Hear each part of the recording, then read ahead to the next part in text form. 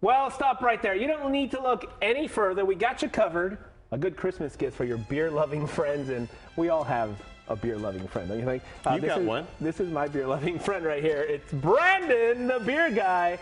We have what you need this holiday season. Good morning, Merry Christmas, Happy Holidays, Brandon. Right back at you. Okay, right back at you. Let's talk beer. During the winter, there are certain types of beer maybe that people like to drink different. Like, is it light? Is it dark, spicy? What kind of beer? It's what you like. I mean, really, that's what it's about. Sure. Pick your favorite kind of beer. It does not get that cold here, so you don't have to be too seasonal about it. Yeah. But I'm really excited about this segment because I get to kind of play like the beer Santa.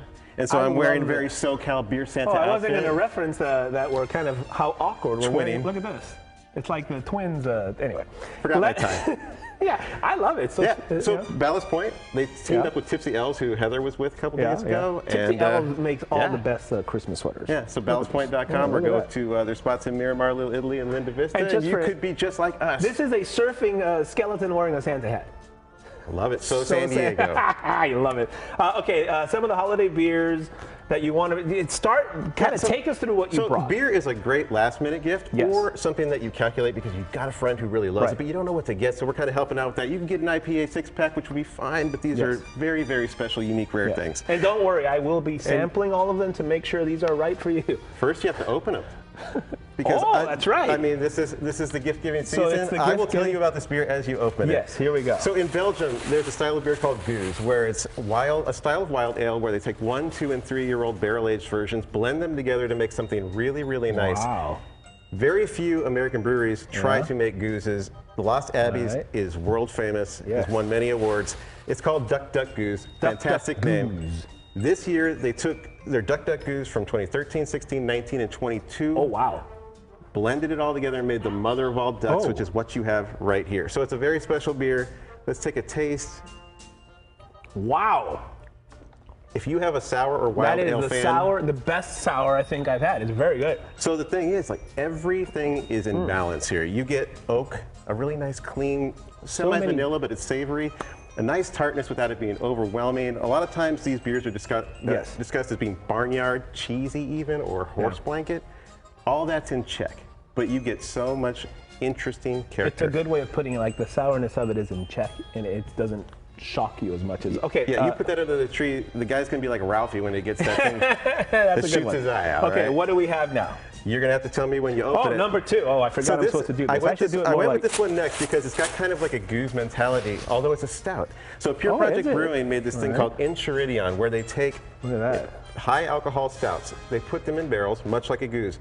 First year they put it in one high-end bourbon barrel. The next year they take that beer, move it into another high-end bourbon barrel, then fill the first one, so on and so on until they have 3 years worth, and they blend it to make something that's very calculated, balanced. And also 14.3%. Yeah.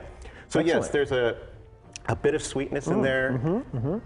No alcohol burn, which is what I think is really cool. There's a woodiness, there's definitely bourbon character, but man, complex. Excellent. Okay, I can't open this. Can I open this? Sure you can. I've got faith in you. Rip it? I have to rip it. You want me to rip into this? Really? Yeah, this is so nice, though. That's all right. Okay, tell me what it is. You're worth it. Thank you. So you know beer is good if people travel from around the county and the country to go to Alpine on the reg. Oh, you know it. So this is McElhaney Brewing, founders of Alpine Beer Company. Now they have their second business, which is McElhaney Brewing, named after the family. They don't have a lot of room up there for barrels, but every year they release a barrel-aged beer. Last year was Imperial Stout. This time it's a barley wine, called wine because it's very high in alcohol. The barley part refers to the fact that it's very malt forward. So you're not looking for hops here or yeast character. You're looking for malt plus a ton of whiskey character. Cheers to you. Have we been cheersing? I don't think so. It's never too late. So wow, I mean, you get so much. And these are they're very unique beers, which is why they're good gifts. They're not just your normal run-of-the-mill type of beer. In addition to a nice restrained but present whiskey character, you get a lot of caramel, almost a nuttiness, even kind of like what I get is like a butternut squash character, which I really like, and it's just delicious. Very autumnal to winter. But not least. Okay. What do we have here? This is a twofer. All right. I love twofer gifts. Not only is there a beer in there, but there's a big old bottle of booze. What do these things have in common? Oh my goodness. So you have Stone's Classic Imperial Stout. They've been making it a long time. I think they were the first brewery in San Diego to make one. Imperial Stout, high alcohol stout, big roasty character, coffee chocolate, a little juniper if you ask me. Okay. But let's open this because what they did, this year they went to the next level. You're not messing around. They sent unfermented Imperial Stout over to a distillery that then... Very important. Look at this. Here we go. That then distilled it into a whiskey, aged it in charred casks. Oh my God. That's a heavy pour, Brandon. I know. Oh, you're right. Is that about the amount Holy that crap, you're right. All right, let's do. That's what happens when you ask a beer guy to pour liquor, right? Goodness. That's an awfully big pour, Brandon. Good grief. So I suggest getting these two things, try them side by side like we're going to do because you've got to do it. Okay, so this one first. Cheers. This is the Classic Imperial Stout. I mean, that's just... I mean, you're familiar with that one from Stone. Way smoother than you would think, too. I mean, it's 10.5%, but it does not drink like it. And then we'll just down this in one gulp, okay? No, I'm not. No.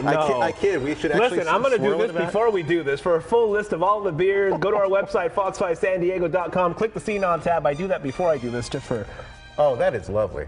I really like that. And I like that instead of just tasting like whiskey, you really do get a beer character. Now you took it too hard. Oh my God. Oh. That was epic. Hey, you know what really washed that down though? You ever done a beer shot? I hope we'll be right back. Brandon, what have you done? SanDiegoBeer.news. If you don't subscribe and follow, do it for me. It's a gift to me on a holiday. There you go. Always. Cheers. Brother. Merry Christmas.